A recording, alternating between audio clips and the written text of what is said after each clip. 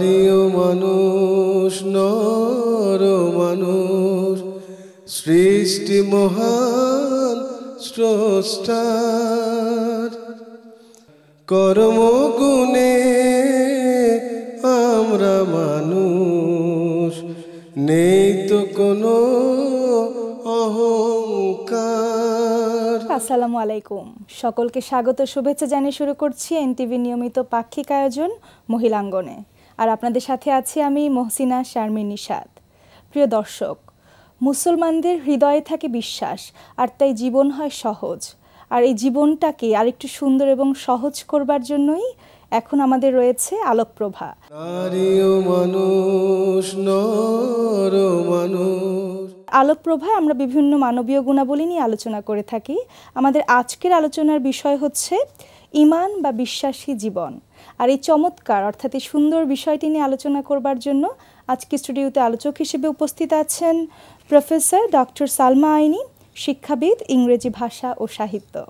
আসসালামু আলাইকুম রহমতুল্লাহি ওয়া বারাকাতুহু।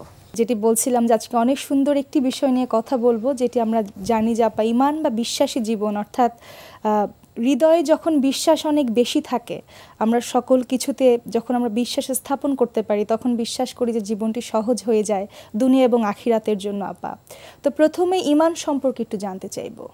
ঈমান আসলে এমন একটি বিষয় যেটি চোখে দেখা যায় না, ধরাছোঁয়ার বাইরে, কিন্তু এটি একটি গভীর অন্তরের বিষয়।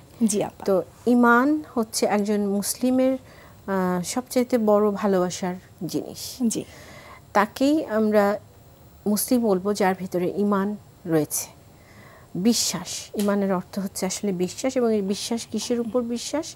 আল্লাহ সুবহানাহু ওয়া তাআলার উপর বিশ্বাস, এবং তিনি যা কিছু করতে বলেছেন বা তার হুকুম আহকাম, তিনি যেসব বিষয়ের উপরে, যেগুলো চোখে দেখা যায় না, ধরা যায় না, ছোঁয়া যায় না, এই জিনিসগুলোর উপরে উনি যদি বলে থাকেন যে এগুলো আমি করেছি, তাহলে তাতে বিশ্বাস করতে হবে, বা আমি এগুলো করব, ভবিষ্যতে এটা হবে। অর্থাৎ উনি যা কিছু বলবেন সেটি হচ্ছে এক কথায় মেনে নেওয়ার নাম ঈমান। এবং একজন মুসলমানের জন্য ঈমানবিহীন কেউ মুসলিম হবেন না, বা মুমিন তো আরও পরের কথা। তো যেমন কীরকম আল্লাহ সুবহানাহু ওয়া তাআলার উপরে বিশ্বাস, তাকে আমরা দেখতে পাই না, আমরা ধরতে পারি না, ছুঁতে পারি না, কিন্তু তিনি আছেন এবং তিনি অমনি প্রেজেন্ট, অমনি পোটেন্ট, অমনিসিয়েন্ট, এই জিনিসগুলিতে মেনে নেওয়া হচ্ছে বিশ্বাস। তারপরে আছে যে নবী রাসূল উনি পাঠিয়েছেন বিভিন্ন সময়ে, তাদের উপরে বিশ্বাস স্থাপন করা, যে এগুলো কোনো কল্পকাহিনী নয়, তারা এসেছিলেন এবং আল্লাহর প্রতিনিধি হিসেবে আমাদেরকে পথ দেখানোর জন্য, আল্লাহ তাআলাকে মেনে নেওয়ার জন্য, এবং তার আদেশ নিষেধগুলোকে আমাদের কাছে তুলে ধরার জন্য তারা দুনিয়াতে আসেন, এটির উপর বিশ্বাস করা। তারপর হচ্ছে ফেরেশতা, এটা খুব ইন্টারেস্টিং ব্যাপার, কারণ ফেরেশতা একটি জাতি বা একটি সৃষ্টি আল্লাহ সুবহানাহু ওয়া তাআলার, যারা সর্বক্ষণ সর্বদা সব জায়গায় আছেন, বিভিন্ন কাজে কর্মরত। এনাদেরকেও আমরা দেখতে পারি না, বা এনাদের কোনো কিছু বর্ণনা আমরা পাই হাদিস এবং কোরআনের মাধ্যমে, তাদের বর্ণনা আছে, কিন্তু অ্যাকচুয়ালি ওটা ঠিক ওই যে মেনে নেওয়া যে তারা উপস্থিত। সবচেয়ে বড় কথা কি, যে ফেরেশতারা আছেন, এর খুব সহজ সহজ উদাহরণ হলো যে আমরা বলি না যে দুই কাঁধে দুই ফেরেশতা রয়েছেন, হ্যাঁ, এবং ওনারা সবসময় লিখে যাচ্ছেন। তো আমাদের প্রতিটি কথা, কাজ, এবং আমাদের মানে এটা ইটস মানে কি বলবো, যে ওনারা এত বেশি, ওনারা লিপিবদ্ধ করতে এত বেশি ব্যস্ত যে প্রতি সেকেন্ডে, মাইক্রো সেকেন্ডে সব কিছু ওনারা লিখে ফেলেন। তো এটিও আমাদের বিশ্বাস করতে হবে। আমরা বলতেই পারি যে কোথায় দুই কাঁধে দুজন থাকলে তো আমাদের দেখতে পাওয়ার কথা ছিল, কিন্তু না। এবং এইভাবে অনেক ফেরেশতা রয়েছেন, প্রতিটি কাজের জন্য আল্লাহ সুবহানাহু ওয়া তাআলা ফেরেশতা নিয়োগ করে দিয়েছেন, এবং তারা আমাদের আশেপাশে রয়েছেন। এটিকে একেবারে অকপটে স্বীকার করে নেওয়া হচ্ছে ঈমানের একটি অংশ। আমরা এই দুনিয়ার জীবনে বসবাস করছি এই মুহূর্তে, এবং আমাদের প্রতিটি নিঃশ্বাস প্রশ্বাস, কাজকর্ম সব কিছু মোটামুটিভাবে দেখা যায় যে একটা গোল নির্ভর থাকে, বা একটি অভীষ্ট লক্ষ্যে পৌঁছানো। এবং এই অভীষ্ট লক্ষ্যটা ইউজুয়ালি হয় যে আমার দুনিয়ার একটা লক্ষ্য, তো এখন দুনিয়ার লক্ষ্যটাকে আমি আখিরাতের লক্ষ্য যদি বানিয়ে ফেলতে পারি তাহলেই হচ্ছে আখিরাতে বিশ্বাস আসবে। ফর এক্সাম্পল, আমরা এখানে বসেছি আল্লাহ সুবহানাহু ওয়া তাআলার কথা বলার জন্য। এটাকে যদি দুনিয়ার দিক থেকে আমি দৃষ্টিকোণ থেকে দেখি তাহলে এটি সাধারণ টেলিভিশন প্রোগ্রামে পরিণত হবে। কিন্তু আমি যদি মনে করি এটি আমি আখিরাতের জন্য করছি, আল্লাহ সুবহানাহু ওয়া তাআলার কথা প্রচারের জন্য, তাকে জানার জন্য এবং অন্যদেরকে তার বিষয়ে কিছুটা জানানোর জন্য আমাদের এই কাজটি আমরা করছি, তখন এটা আমার আখিরাতের সাথে সংযুক্ত হওয়ার সম্ভাবনা আছে, যদি উনি সেটি গ্রহণ করে থাকেন। তো এই আখিরাত যেটি আমরা জানি না কখন ঘটবে, কখন এটা দেখা যাবে, কিভাবে ঘটবে তার বর্ণনা আছে, বাট এটাকে আমাদের জেনে নিতে হবে, মেনে নিতে হবে যে আখিরাত হবে। তাহলেই আমি আমার দুনিয়ার কাজগুলোকে আখিরাতের সাথে সম্পৃক্ত করে তখন আমার কাজগুলিকে আমি স্ট্যাবলিশ করতে পারবো। আর হচ্ছে তাকদীর, যে আমার একটি তাকদীর আছে, একটি লিখন আমার জন্য লেখা হয়ে গেছে, আমার জীবনের একটি গল্প আছে, যে গল্পটি আল্লাহ সুবহানাহু ওয়া তাআলা নিজে লিখে ফেলেছেন। সো আমার যে জন্ম হবে, আমি যে দুনিয়ায় আসবো, আমি ছেলে হব কি মেয়ে হব, আমি কেমন হব, আমার জীবন কেমনভাবে পরিচালিত হবে, কোন ঘরে আসব, এবং আমার জীবনের যাবতীয় চাওয়া এবং পাওয়া এবং না পাওয়া, এসব কিছু তাকদীরে লিপিবদ্ধ আছে, যেটি লেখা হয়ে গিয়েছে। তো এটাও খুব ইন্টারেস্টিং যে এই বইটি কিন্তু আমার হাতে নেই, এই গল্পটি কোনো প্রিন্টেড কপি আমার হাতে দেওয়া হয়নি। বাট আমাকে যদি যে কোনো অবস্থায় আমি যখন পড়ব, আমার মনে রাখতে হবে যে তাকদীর একটি বিশ্বাস, যে এটি আমার ইমানের একটি অংশ। মোটামুটিভাবে এগুলো হচ্ছে মূল ইমানের অংশ, এবং এই বিশ্বাসই হচ্ছে জীবন। একজন মুসলিম যখন এই বিষয়গুলির উপর বিশ্বাস করবেন এবং ভয় পাবেন এবং ভালোবাসবেন, তখন তিনি আসলে আখিরাতের জন্য নিজেকে প্রস্তুত করতে পারবেন। জি আপা, খুব সুন্দর করে ব্যাখ্যা করেছেন আপা। আমরা জানি যে ঈমান বা বিশ্বাস এটি অনেক বেশি বিস্তৃত আপা, এবং এটি শাখা প্রশাখা এতটাই বিস্তৃত যেটি শুরু হয় হচ্ছে লা ইলাহা ইল্লাল্লাহ মুহাম্মাদুর রাসূলুল্লাহ থেকে এবং শেষ হয় পথ থেকে একটি কষ্টদায়ক বস্তু সরিয়ে ফেলা পর্যন্ত। অর্থাৎ জীবনের বড় থেকে ছোট সকল বিষয় কিন্তু আপা, যেটি আপনি বলছিলেন যে ঈমানের সাথে সম্পৃক্ততা সম্ভব। তো এই জায়গা থেকে আপা আসলে সম্পৃক্ত করবার উপায় কি, এবং পাশাপাশি ঈমানের যে গুরুত্ব এটিও একটু আপা জানতে চাচ্ছি। যেন ঈমানের গুরুত্ব তো আগেই আমরা শুরুতেই আলোচনা করলাম যে ঈমান হচ্ছে এমন এক জিনিস, ঈমান হারা ব্যক্তির আসলে আর কোনো কিছুই থাকে না। যিনি কিনা বিশ্বাস, এই আল্লাহ তাআলার উপর বিশ্বাস যিনি হারিয়ে ফেললেন বা বিশ্বাস করলেন না যে তিনি এক্সিস্ট করতেও পারেন, নাও করতে পারেন, আর তার এক্সিস্টেন্সে যদি আমি বিশ্বাস হারাই, তাহলে আর বাকি কোনো কিছুতে আর বিশ্বাস করার বিষয়গুলো থাকে না। আর শাখা প্রশাখাগুলো একটু জানতে চাইবো আপা। তাহলে একটু বলতেই হয় যে ঈমানের তিনটি দিক রয়েছে। একটা হচ্ছে যে অন্তরে বিশ্বাস করা, মানে আমি অন্তরের ভিতরে আমি বিশ্বাস করলাম বিষয়গুলো, মানে প্রথিত করে নিলাম আল্লাহ সুবহানাহু ওয়া তাআলার সাথে সম্পৃক্ত যা কিছু রয়েছে সব কিছু, এবং সেটা কিসের আলোকে? কুরআনুল কারীম এবং হাদিসের আলোকে। দ্বিতীয়ত হচ্ছে মুখে স্বীকার করে নেওয়া। যখনই আমি আমার অন্তরকে পরিচালিত করা শুরু করব, আমি মুখে সবিস্তারে বা শক্তভাবে আমাকে বিশ্বাস করতে হবে যে হ্যাঁ, আমি স্বীকার করে নিচ্ছি এই ব্যাপারগুলো। আমার হার্টের সাথে আমার ওয়ার্ডস যখন একত্রিত, মানে অন্তর্নিহিত কথা এবং বাইরের কথা, এই দুটি যখন একত্রিত হয়ে আমি জিনিসটাকে প্রসিকিউট করব, তখন সেটি হবে অনেক দৃঢ়। আরেকটি হচ্ছে এবং আমল করা, মানে আমি মুখে বললাম আল্লাহ আছেন, অন্তরে বললাম হ্যাঁ আল্লাহ তাআলা তো আছেন, কিন্তু আমি কাজে সব উল্টোপাল্টা করলাম। মানে তিনি আমাকে যা করতে বলেছেন বা তিনি যেভাবে চলতে বলেছেন, আমি সেটার বিরুদ্ধাচরণ করলাম। কিন্তু আমি মুখে আলহামদুলিল্লাহ বললাম, ইনশাআল্লাহ বললাম, ইনশাআল্লাহ বলে আমি এমন একটি কাজ করলাম, বা ইনশাআল্লাহ আমি এটি করব বললাম, এটি যেই কাজটির উল্লেখ করে আমি ইনশাআল্লাহ বলছি, এই কাজটিই হয়তো আল্লাহ তাআলার বিরুদ্ধাচরণ করা, বা তিনি সেটি করতে আমাকে নিষেধ করেছেন, হারাম ঘোষণা করেছেন। সো সেই ক্ষেত্রে ইনশাআল্লাহ বললে আমার অন্তর বা মুখের যে আল্লাহ তাআলার প্রতি যে ঈমান, সেটি আসলে আমি কার্যত করলাম না। কাজে আমার তিনটা জিনিস মনে রাখতে হবে: আমার অন্তরের বিশ্বাস, আমার মুখে সেটিকে উচ্চারণ, সেটিকে দৃঢ়ভাবে উচ্চারণ করা, এবং তৃতীয়ত হচ্ছে আমল করা। জি আপা, ঈমান বা বিশ্বাসের আপা যে আমরা স্তম্ভগুলো বললেন আপা, তার মধ্যে একটি হলো যে কিতাব সমূহে যে বিশ্বাস, তো এই ব্যাপারে একটু জানতে চাই। আসমানি কিতাব, these are from Allah subhanahu wa ta'ala, it's not written by any person or a human being, এই বিশ্বাসটা করতে হবে। যেমন আমাদের কুরআনুল কারীমের ব্যাপারে সরাসরি আমরা বলতে পারি যে এটি হচ্ছে সম্পূর্ণ A to Z আল্লাহ সুবহানাহু ওয়া তাআলার নিজের কথা। তো এটি উনি ওহী হিসেবে নাজিল করেছেন নবী সাল্লাল্লাহু আলাইহি ওয়াসাল্লামের কাছে। ঈমানকে দৃঢ় করার জন্য কুরআনুল কারীম পড়া, বোঝা, অন্তরে নেওয়া এবং হাদিস দিয়ে সেটার কি বলে এটাকে আরো জাস্ট মানে এটাকে দৃঢ় করা, রাইট। দৃঢ় করে যদি আমরা পথ চলতে পারি তাহলে আমাদের ঈমান বা বিশ্বাস মজবুত ইনশাআল্লাহ হবেই হবে। আর তার মানেই হচ্ছে এটি আমার জীবনের একটি সুন্দর একটি রূপান্তরের দিকে আমি যাব। সেখান থেকেই হচ্ছে ঈমান বা বিশ্বাস হচ্ছে জীবন। আপা অনেক ধন্যবাদ আপা এত সুন্দর আলোচনা করবার জন্য। আশা করি আমাদের দর্শকরা আলোচনা থেকে অনেক উপকৃত হবেন। আলহামদুলিল্লাহ রাব্বিল আলামিন। মানুষ নর মানুষ, সবাইকে আবারও স্বাগত জানাচ্ছি মহিলাঙ্গনে। প্রিয় দর্শক, আমাদের আজকের আলোচনার বিষয় সদুপদেশ। নারী ও মানুষ নর মানুষ, এবং এই সুন্দর একটি বিষয় নিয়ে আজকে কথা বলবার জন্য স্টুডিওতে উপস্থিত আছেন doctor Afroza Bulbul, associate professor, international open university, the Gambia. আসসালামু আলাইকুম ওয়া রাহমাতুল্লাহি ওয়া বারাকাতুহু। তো আমরা জানি যে সদুপদেশ কিন্তু ঈমানের একটি নিদর্শন। তো সেই জায়গা থেকে সদুপদেশের গুরুত্ব অনেক বেশি। তো প্রথমে আমি একটু জানতে চাইবো যে সদুপদেশ বলতে মূলত আসলে আমরা কি বুঝি? সদুপদেশ একটা স্বর্গীয় আদেশ, যেটা পবিত্র কোরআনে আল্লাহ রাব্বুল আলামিন 13 বারেরও বেশি জায়গায় এটা উল্লেখ করেছেন। বিশেষ করে যেখানে নবী রাসূলদের প্রেরণের কথা বলা হয়েছে সেখানেই বলা হয়েছে তাদেরকে সদুপদেশ দানকারী হিসেবে আল্লাহ তাদেরকে পৃথিবীতে পাঠিয়েছেন।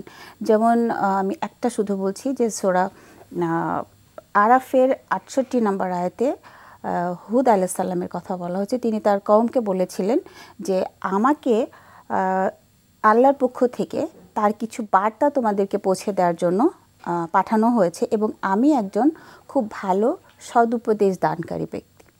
তো এরকম প্রত্যেক নবী রাসূলের সময় দেখা যাচ্ছে যে তারা তাদের কওমের জন্য একজন উপদেশ দানকারী হিসেবে এসেছিলেন। তো এটা কোরআনে যেভাবে আল্লাহ রাব্বুল আলামিন বলেছেন ঠিক সেভাবেই নবী রাসূলগণ তাদের দায়িত্ব পালন করেছেন।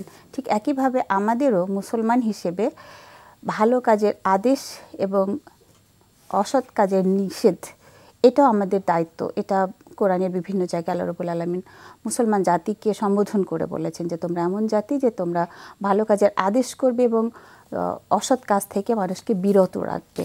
এটা আমাদের একটা নৈতিক দায়িত্ব, ঈমানি দায়িত্ব।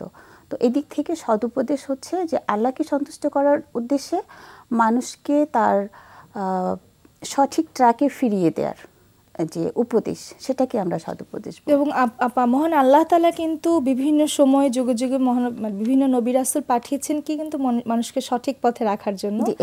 এবং আরাফের আয়াত 62-তে কিন্তু এটি উল্লেখ আল্লাহ করেছেন যে আমি তোমাদের কাছে আমার প্রতিপালকের পয়গাম পৌঁছাই এবং তোমাদের সদুপদেশ দেই। অর্থাৎ আল্লাহ তাআলা তাদের মাধ্যমে আমাদেরকে সদুপদেশ দেয়। তবে আমরা জানি যে সদুপদেশের গুরুত্ব অনেক বেশি, কিন্তু এখন যদি আমরা বাস্তবিক প্রেক্ষাপট চিন্তা করি আমরা অনেক সময় দেখতে পাই যে ভুল করছে কিন্তু আমরা সদুপদেশ দিচ্ছি না, আমরা হয়তো চুপ থাকছি বা নীরব থেকে যাচ্ছি। তো এই জায়গা থেকে বা এই প্রেক্ষাপটের উপর ভিত্তি করে জানতে চাইবো যে সদুপদেশ দেওয়াটা আসলে এত প্রয়োজন কেন, প্রয়োজনীয়তাটা কি? প্রথমত এটা হচ্ছে একজন মুসলমানের প্রতি আরেকজনের হক। কেউ যদি কারোর কাছে কোনো উপদেশ চায় তাহলে তাকে উপদেশ দেয়া ওই মুসলমানের জন্য অবশ্য কর্তব্য। জি আপা। এটা রাসূলুল্লাহ সাল্লাল্লাহু আলাইহি ওয়াসাল্লাম বলেছেন যে একজন মুসলমান ভাইয়ের আরেকজন মুসলমান ভাইয়ের প্রতি যতগুলো হক আছে তার মধ্যে একটা হচ্ছে এটা, কেউ যখন তার কাছে কোনো পরামর্শ চাবে, কোনো সদুপদেশ চাবে, তাকে অবশ্যই সেটা দিতে হবে। এটা 2 নম্বর যদি আমরা বলি তাহলে আল্লাহ রাব্বুল আলামিন মানুষ জাতিকে সম্বোধন করে বলেছেন যে সব মানুষ ক্ষতির মধ্যে নিমজ্জিত। সূরা আসরের ভাষাটা আমরা জানি, কিন্তু 4টা বৈশিষ্ট্য আল্লাহ উল্লেখ করেছেন যে এই 4টা বৈশিষ্ট্য যাদের মধ্যে থাকবে তারা এই ক্ষতিগ্রস্ত হবে না। তার মধ্যে প্রথম বললেন যে যারা ঈমান আনবে, দ্বিতীয় বৈশিষ্ট্য হচ্ছে যারা সৎ কাজ করবে, সৎ কাজ তো নিজে করতেই হবে। জি আপা, জি। তৃতীয় নম্বরে বললেন যারা হক কথার উপদেশ দিবে বা সত্যের উপদেশ দিবে, উপদেশ, আবার ধৈর্য ধারণের উপদেশ। এখানে কিন্তু 2টা বৈশিষ্ট্য হচ্ছে উপদেশ দানকারীদের সাথে রিলেটেড। এটার গুরুত্ব কিন্তু আমাদের জীবনে অনেক বেশি। সেটা নিজেদের প্রটেকশনের জন্য, সোসাইটির প্রটেকশনের জন্য এবং টোটাল মানব সভ্যতার প্রটেকশনের জন্য উপদেশ দেওয়াটা খুবই জরুরি। উপদেশ কখন আমরা দিই? যখন কেউ জানে না। আমরা জানি যে একজন ভুল করছে বা একজন অন্যায় করছে, মানুষ জেনে বুঝে ভুল করে এরকমের সংখ্যা কিন্তু অনেক কম, তাদেরকে আমরা অপরাধী বলি। কিন্তু মানুষ যখন না জেনে করে সেটাকে আমরা ভুল বলি। তো মানুষকে সদুপদেশ দেওয়ার মাধ্যমে আমরা মানুষকে ভুল পথ থেকে ফিরিয়ে আনতে পারি। যেহেতু সদুপদেশের মাধ্যমে মানুষ সঠিক জ্ঞানটা পেয়ে যায়, সুতরাং সে সেটা থেকে ফিরে আসবে খারাপ কাজ থেকে, এটা আমরা জানি। সূরা লুকমানে আল্লাহ রাব্বুল আলামিন লুকমান তার ছেলেকে যে উপদেশ দিয়েছিলেন এটা কিন্তু হুবহু কোরআনের মধ্যে আল্লাহ কোট করে দিয়েছেন। জি আপা। এখন এটার গুরুত্ব কত বেশি হলে পিতামাতার জন্য সন্তানের প্রতি বা যে কোনো মানুষের জন্য উপদেশের গুরুত্ব কত বেশি হলে এবং কোন ধরনের উপদেশ দিতে হবে, এটাকে কিন্তু আল্লাহ কোরআনের মধ্যে এক্সাম্পল হিসেবে সেট করে দিয়েছেন। জি আপা। এখান থেকে আমরা বুঝতে পারি যে আল্লাহকে চেনানো এটা হচ্ছে একজন মুসলমানের জন্য আর একজন মুসলমানের প্রতি দায়িত্ব, যে আল্লাহর সাথে সম্পর্ক তৈরি করে দিবে এই উপদেশ তাকে দিতে হবে, এবং পিতামাতার সাথে সদ্ব্যবহার বা অন্যান্য ভালো কাজের যে আদেশ সেটা। আর এটার মাধ্যমে যেটা হয় সেটা হচ্ছে সমাজ থেকে অশ্লীল কাজ, তারপরে অন্যায়, অত্যাচার, এই জিনিসগুলো কিন্তু কমে যায় আমরা যদি ভালো মতো সদুপদেশ দিতে পারি এবং অন্যরা সেটা গ্রহণ করে। তো এই দিক থেকে সদুপদেশের প্রয়োজনীয়তা আমি বলবো অনেক অনেক বেশি।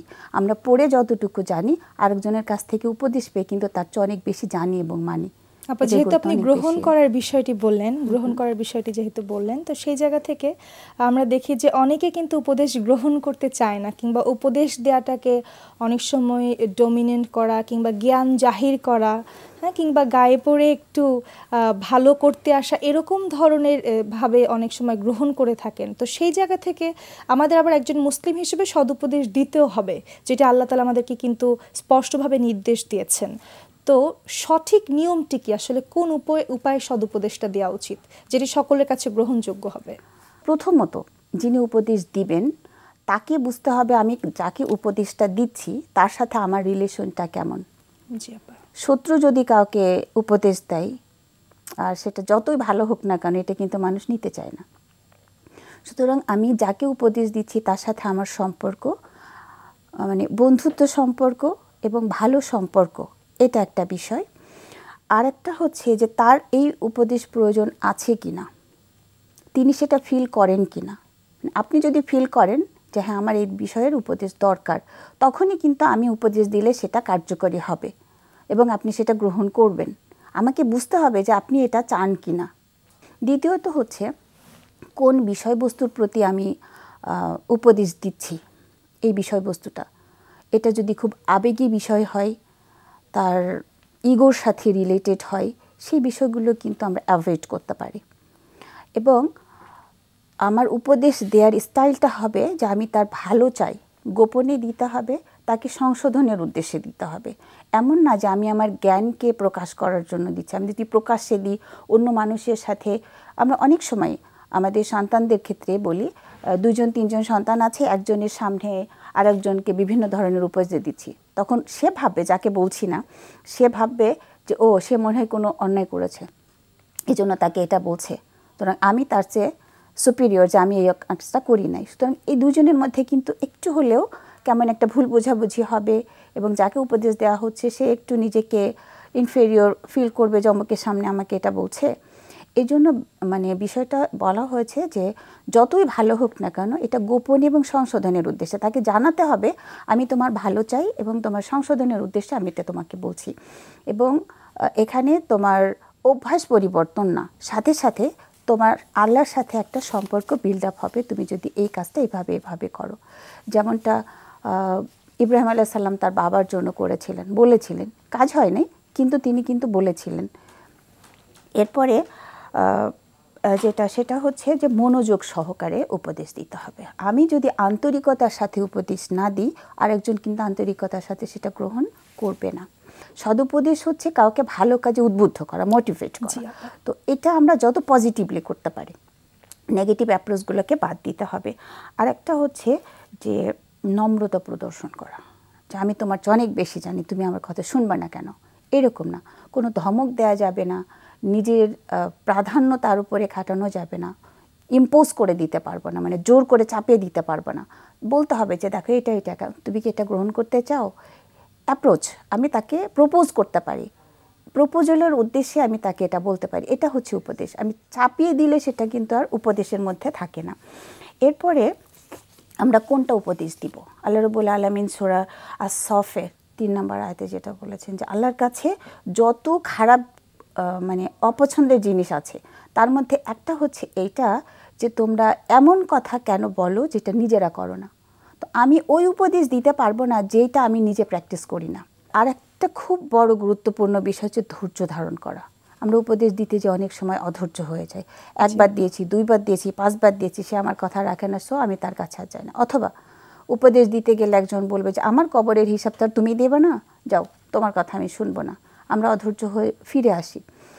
এখানে একটা বড় মানে ধৈর্যের পরীক্ষা ইমানদারদের জন্য। উপদেশ দেওয়া যেমন জরুরি, ধৈর্য ধারণ করে ধৈর্যের সাথে পরিস্থিতি মোকাবেলা করে টিকে থাকা এবং কন্টিনিউয়াসলি উপদেশ দিয়ে যাওয়া, এটা কিন্তু আরও জরুরি। এবং সেই সাথে আপা যে গুণগুলো বললেন, নিঃস্বার্থভাবে উপদেশ দেয়া, অর্থাৎ যে গুণগুলো বললেন সকল কিছুই অনেক বেশি গুরুত্বপূর্ণ।